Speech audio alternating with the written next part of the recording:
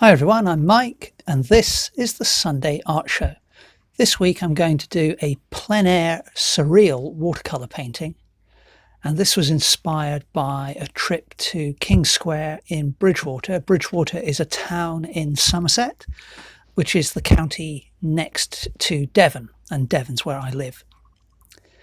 So it's quite a beautiful little square in Bridgwater. To be honest with you, is not that picturesque a town in general. But this square is, I'm not really showing much of it, but it's really, quite beautiful buildings. So I've just popped my A2 watercolor paper down on a park bench, starting out with my big round synthetic mop brush. And I don't know if you can just see at the top of the screen there are some pigeons kind of wandering in and out of frame. So it's, it's really this was the start of November I filmed this. And I keep my watercolor kit with me quite often in the car. So if I've got, half an hour to spare or something, then, I'll break out the paints and just kind of do a sketch or a painting inspired by the view. So this was, I'd just taken my dad to the dentist, just dropped him off. So he's in at the dentist right now. So I thought I would carry on painting.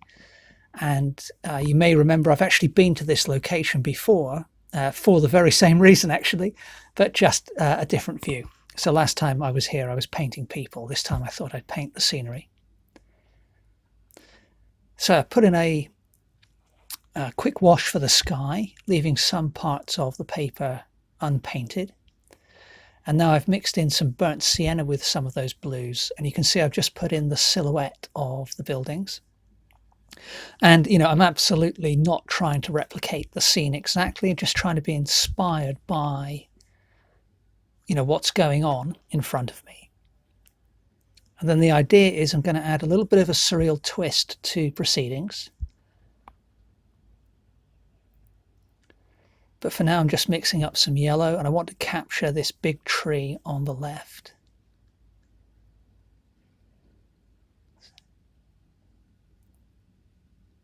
It's got another pigeon there just joining me. But I'm just dapping the brush down, still working wet in wet and letting the paint do its own thing. So with watercolor, I think, one of the most wonderful things about it, apart from it being very quick, is that, the painting can paint itself sometimes.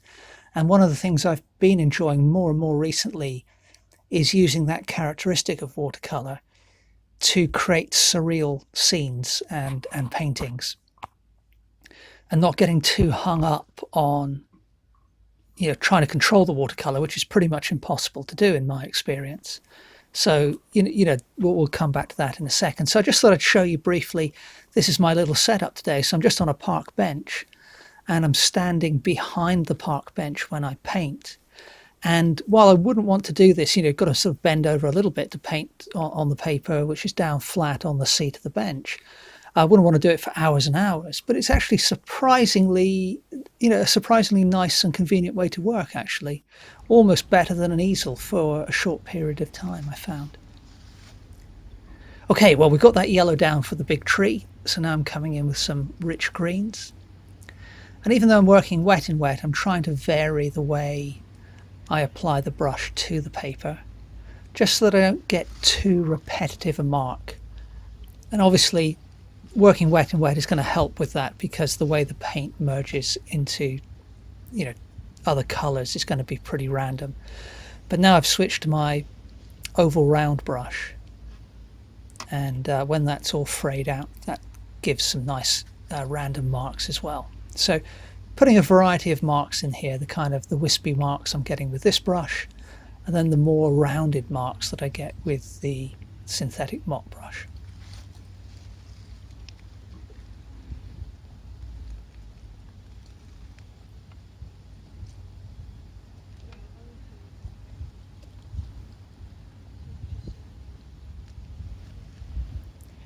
Just mixing up some darker bluey greens now. So when we go towards the sort of center of the tree, the lower part of the tree, you can see that it's much in greater shadow than the upper outer parts.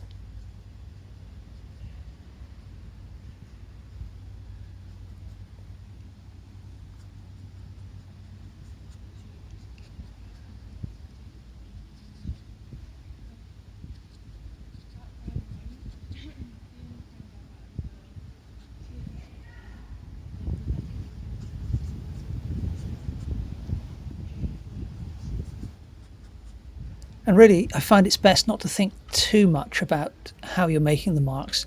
The main thing to avoid is just avoid getting into sort of a repetitive pattern, and then keep in mind the big shapes, both in terms of the silhouette of the tree and also the big shapes of shadow and the big shapes of light areas as well.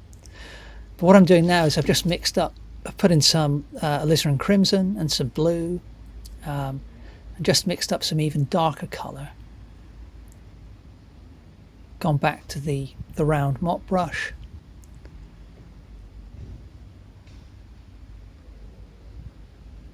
And you can see where I first applied this colour on the bottom right of the patch of paint I've been applying. You can see that's blooming out nicely into some of the wet greens that are still down.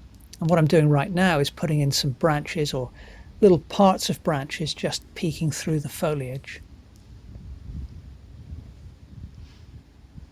So back to more branches now. And I find the best way to do that with the round mop is just to work very quickly and just try and let the point of the brush skim the surface of the painting, and then you get a pretty good line.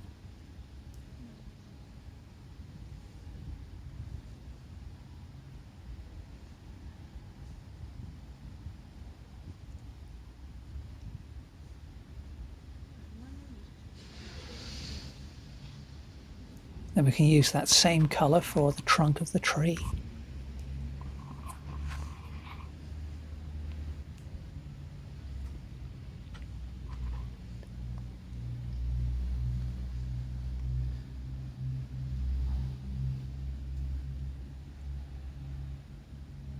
So I really like the softness of the painting so far. The tree in particular I think is working quite well. And then we can use this same colour to just put in some indication of the railings in the background. I mean, they're quite, they're more elaborate than I'm indicating that they are. And we've got these nice pillars in the reference as well, but I'm going to ignore those. So I'm just trying to pick out really key elements of the view in front of me to create some kind of setting in which I'm going to place, some characters in a little bit. So I've switched to a flat brush now, and I find that's generally better for working on buildings because obviously a lot of buildings have quite regular lines and corners.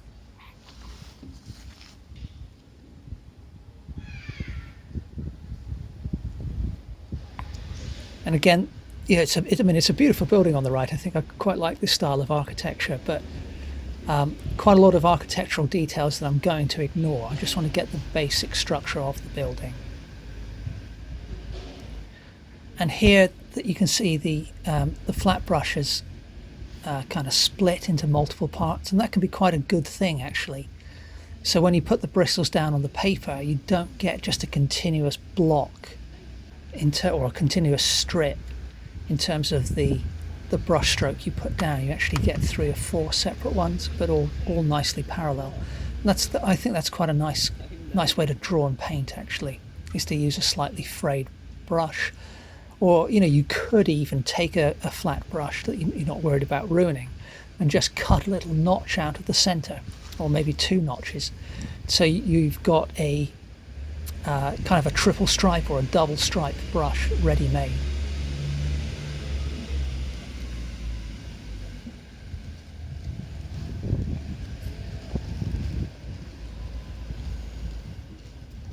So a few details, a little bit more structure going into the distant building.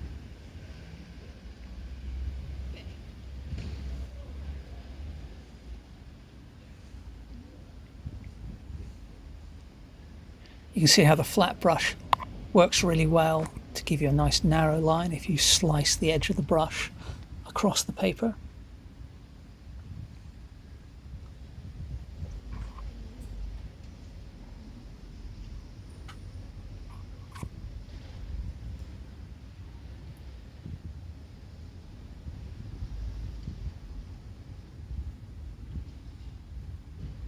So some more examples of that kind of split brush mark you can get going down now.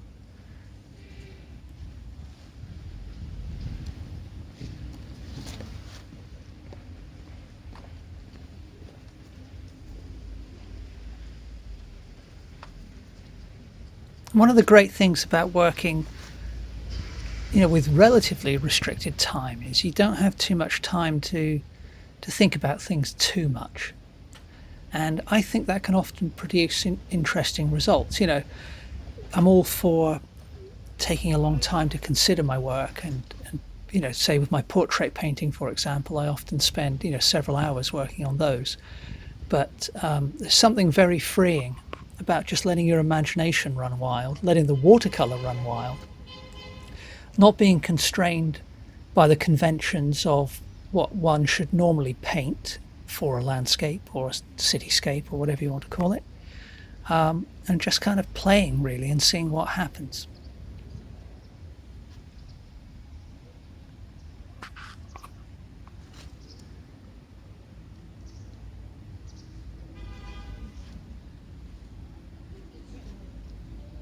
Now, that said, while I think the building, I'm quite happy with the centre building off in the distance. The building on the right, I wish I'd made some of the marks I just put down softer than they are. I mean, it's okay, but I wish I'd made them softer. Using some of that same shadow colour for a little window up in the roof there, and then indicating some windows on the ground floor.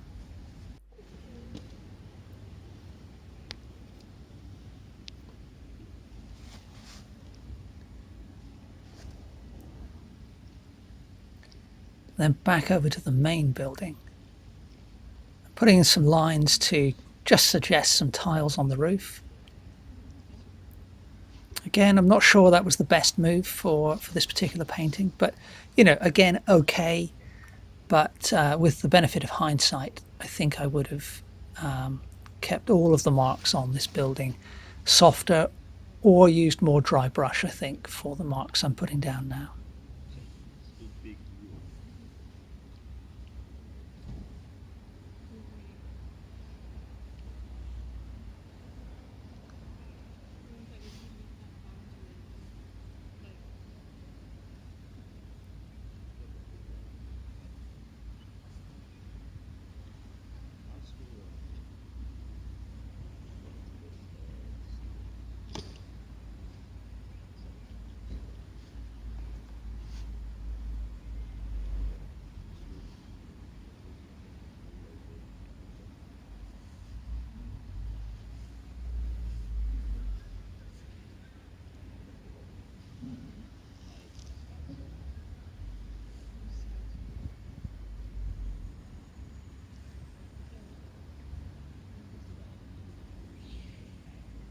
Okay, well, I'm back at home now, and I want to add, the more surreal elements to this painting. So the first thing I have in mind is up on this rooftop here.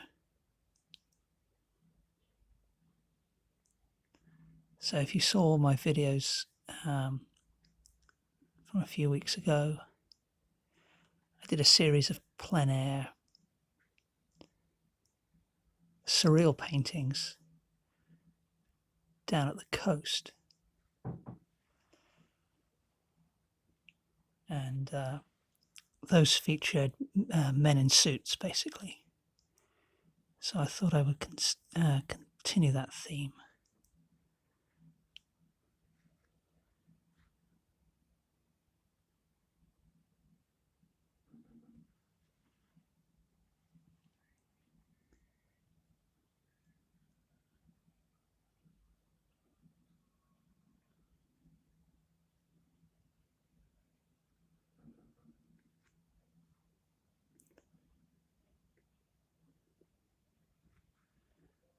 So we got a guy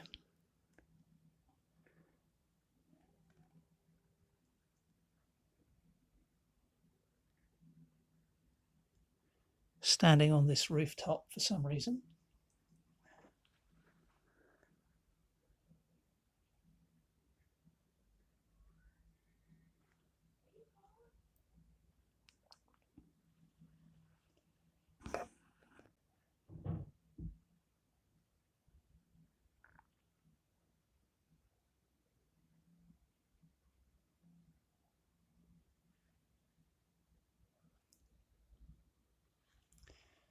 So I'll put the head in of the guy in a moment, but it's a well documented fact that men in dark suits often travel with belted Galloway cattle.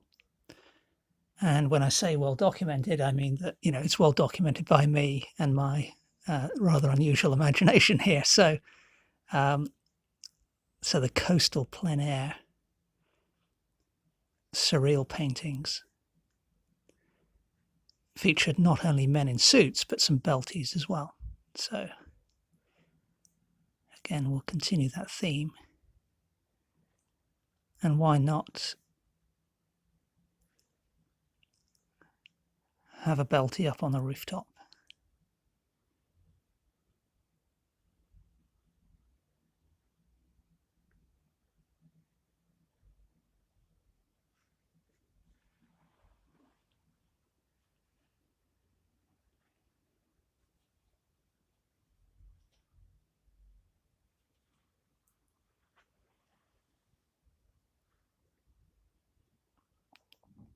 And we can have a second cow peeking out from the other side of the chimney.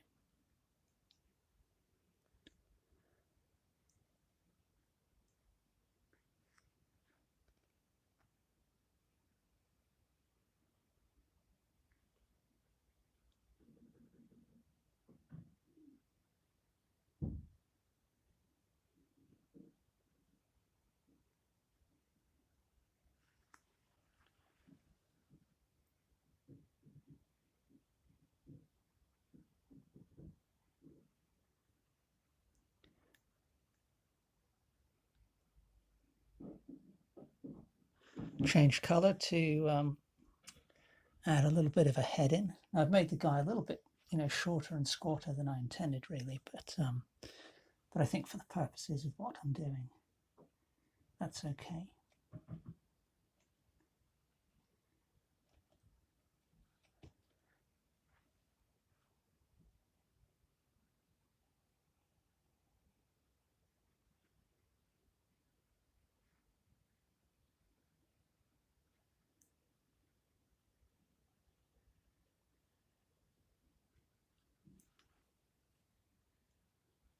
Now, this bit down here was actually intended to be the beginnings of some windows or something, but the paint kind of ran. So we'll take the opportunity that presents,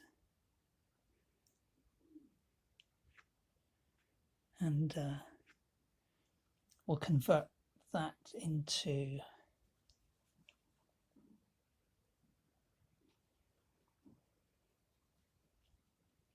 another guy.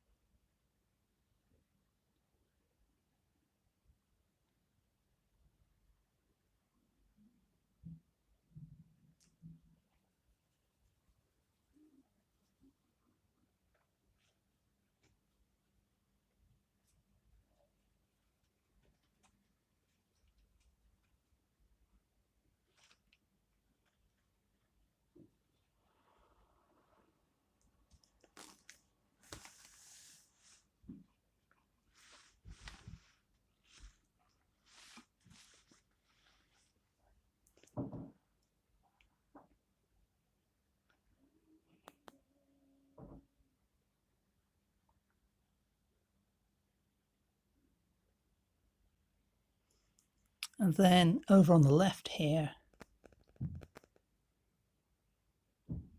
we'll just put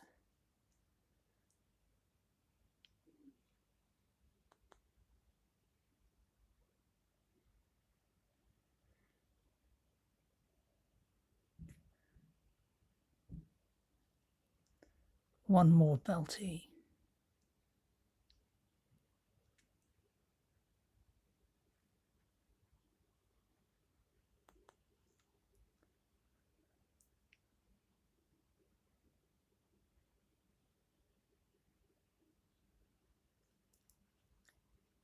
You know, somewhat secluded in the shadows of the tree.